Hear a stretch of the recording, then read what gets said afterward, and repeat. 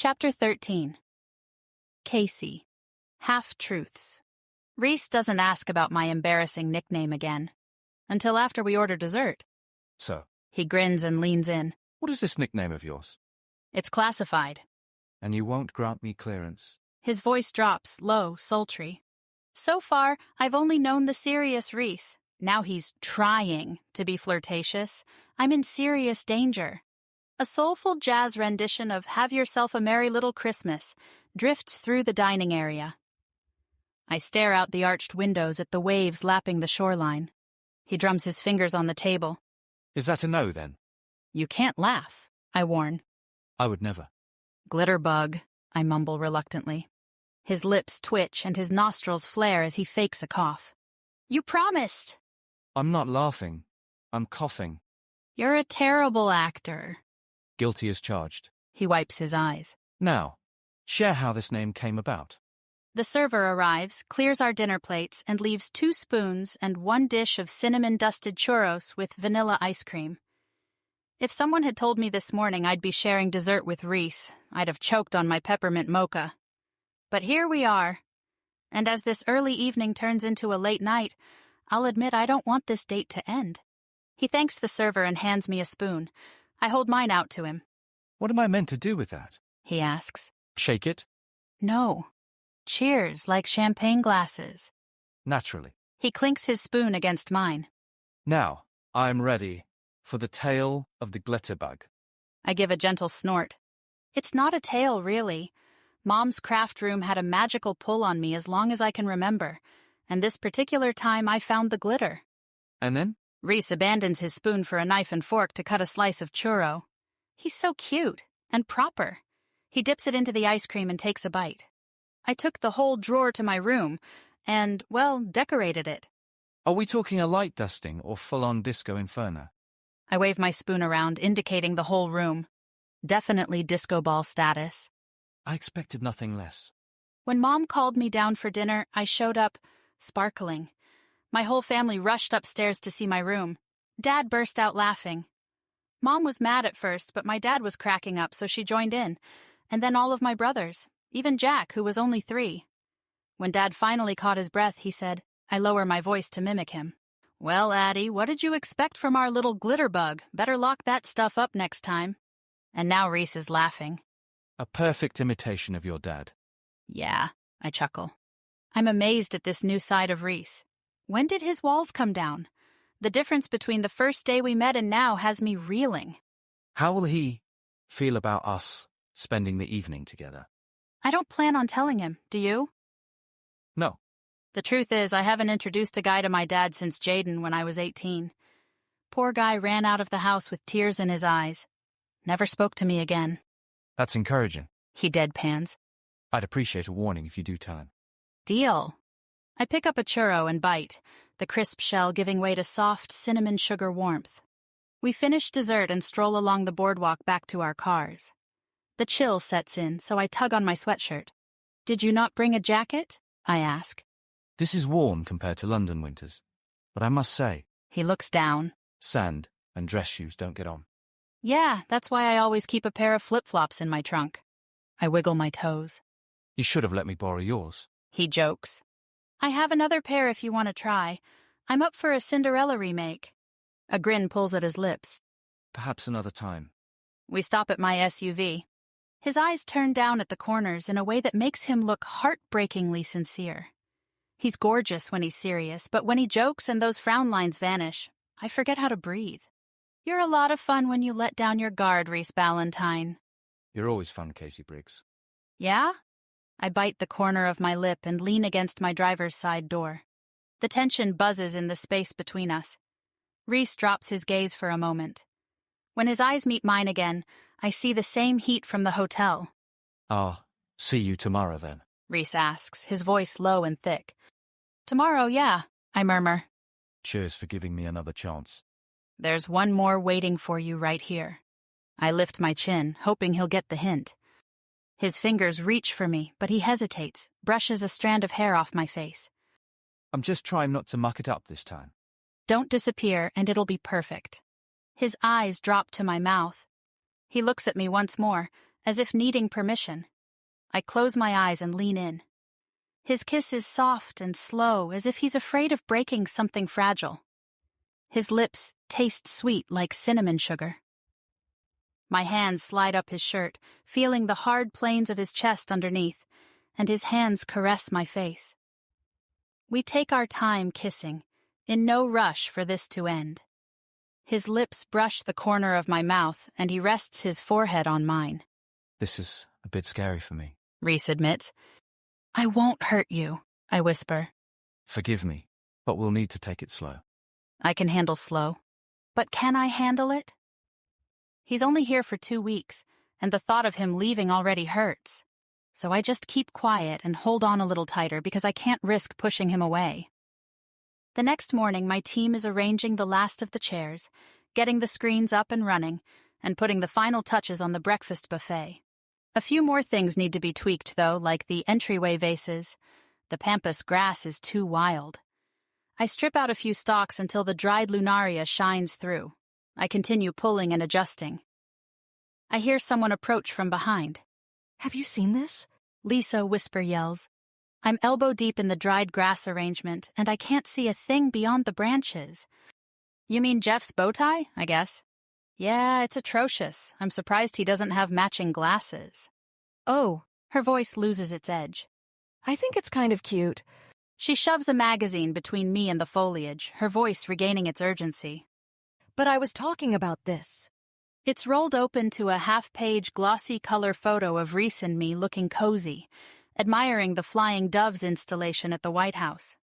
The caption reads, Office Romance or Power Play. Quantum Duo turns heads in D.C. You said you didn't know him. Her voice carries a hint of betrayal. I cease wrestling with the ornamental grass and take the magazine. That photographer was following us, I murmur to myself. Lisa, this was literally the first day we met, and he might as well have been a stranger when we interrupted his meeting. He acted as if he didn't know me. She gives me a come-on look. Half-truths are just lies in disguise, Case. I'm sorry, I should have told you he was my tour guide, but his reaction in the conference room caught me off guard. I was confused and didn't want to talk about it. You're forgiven, if you promise to fill me in later. Only if you promise not to tell anyone else about this. I want to get to Dad first. Deal. Listen, we're 10 chairs short, so I'm on a mission to steal some from another room. You go work your magic on that flimsy welcome banner that falls over every time the air kicks on. Also, the coffee dispenser is dripping. We might need to switch it out. On it, I say. Lisa drops the magazine at my feet. Your boyfriend's here. He's not my boyfriend, I whisper. She smirks. Whatever you say. My goodness, Rhys is good-looking. Dark blonde hair gelled back, brown eyes alert, and his charcoal gray suit tailor-fitted to his sleek, athletic build. I forget what I'm doing for a second, then remember the magazine. I swipe it off the floor. Do I show it to him? No, not before his presentation. I slip it into my tote bag. Rhys doesn't seem like the nervous type, but I don't want to throw him off in case he is. I hope Dad hasn't seen this article yet. He's not in the habit of reading Global Business Life, but I'm sure someone besides Lisa does. And gossip spreads quickly at Quantum. Rhys's words from last night echo through my mind. For one thing, your father told me not to try anything funny. If Dad finds out from anyone but me, this will be a tense breakfast, to say the least. Rhys spots me, and there's a moment where I wonder if he'll ignore me. We didn't exactly discuss how we'd act at work today. I don't blush easily, but one glance at his lips, and I feel heat creeping up my neck. Cue another flashback to last night, to the tender way he cupped my face and gave me one more kiss before we said goodbye. An ache to bury my face in his chest and inhale his scent rushes over me. I blink and compose myself as he closes in. Rhys? I keep my voice professional. It takes all my willpower not to drop everything and press my lips to his here in the middle of this conference room. Kacey. He greets me evenly, but the attraction in his gaze is unmistakable. Everything looks incredible, he says, staring only at me. The heat continues creeping upward, and I wonder if my cheeks have turned pink. Thanks. Let me know if you need anything at all. We'll do a mic check and a run-through of your slides in 10 minutes. That works. Has Jeff arrived? I nod in Jeff's direction. Candy cane bow tie and suspenders at 3 o'clock. Rhys's eyes widen and he gives an exaggerated nod. Clearly, the man is a beacon of style. But then again, we tech nerds aren't exactly known for our good fashion sense. Then you must be an exception to the rule. You're absolutely dashing. Rhys pulls on his lapel. This whole thing? I almost reach up to straighten his tie just to touch him. The tie's just fine, but catch myself. I need to get it together. I'm giddy just standing next to him. And might I say, you look lovely as well. Thanks. I self-consciously smooth my claret blouse and black pencil skirt. I mean, you may. Definitely blushing now. Let me show you where to set up.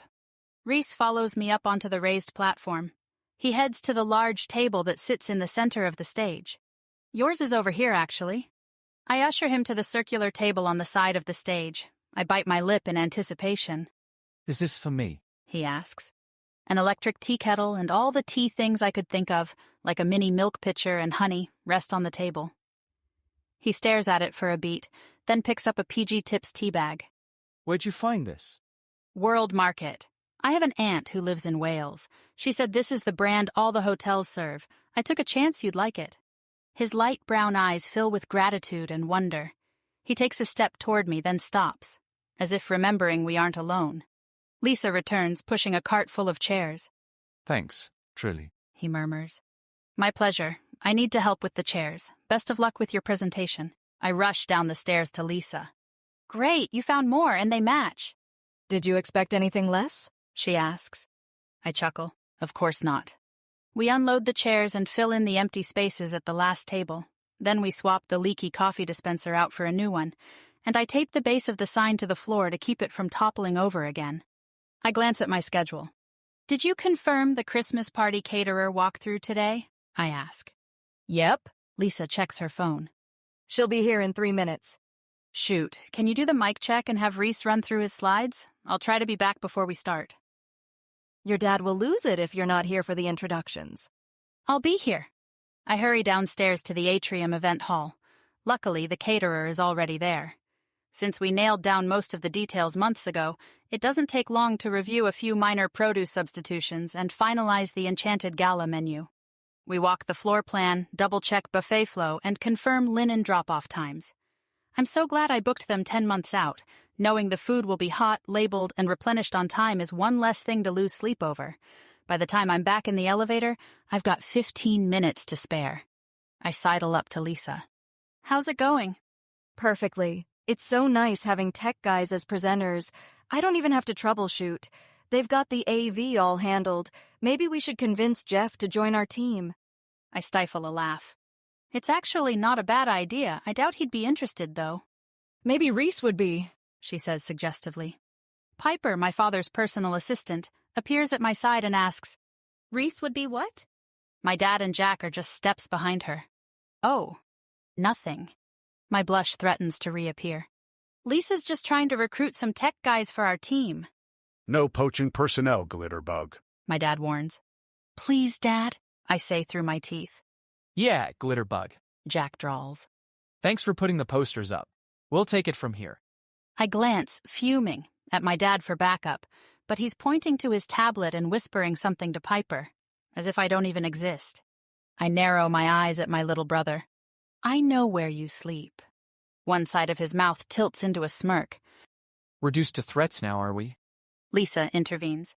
Mr. Briggs, Piper, Jack, please follow me to your private table. Hushed conversations fill the room as the final attendees take their seats. Rhys's first slide shows on the dual screens above the raised platform. He takes a sip of his tea, laptop open on the table in front of him. I stride over. Everything all set? Aside from your very distracting presence, I'm ready. I'll try to blend in a little better. How's that? One corner of his mouth lifts. Useless. A smile tugs at my lips as I shake my head and make my way to center stage. I take the microphone. Welcome, everyone. A hush settles over the audience. Thank you all for joining us for this morning's Ethics, AI, and Leadership briefing. Please help yourselves to breakfast. We'll begin the presentation in about 10 minutes. Once the attendees are all seated with their food, I introduce the guest panel, then hand it over to Rhys. His voice is clear and calm and alluring. So help me. Good morning. Today we're going to cover what ethical leadership looks like in the age of AI. Not only in how we code, but in how we lead. This is a side of Rhys I haven't seen. He's confident but not haughty. His stage presence is striking but somehow understated. He seems so comfortable up there. I can't help but admire him and like him even more. As artificial intelligence accelerates in so many areas of our lives, the question isn't simply what we can do, but what we should do. No matter how advanced our systems become, the most lasting impact often comes from human judgment, sometimes in the smallest, most thoughtful details. His eyes briefly find mine. And then he's off, developing his first topic. His dry humor has the audience laughing and nodding from the outset. I glance over at my dad. He's pinching his chin the way he does when someone has his full attention. Everyone's charmed, including me.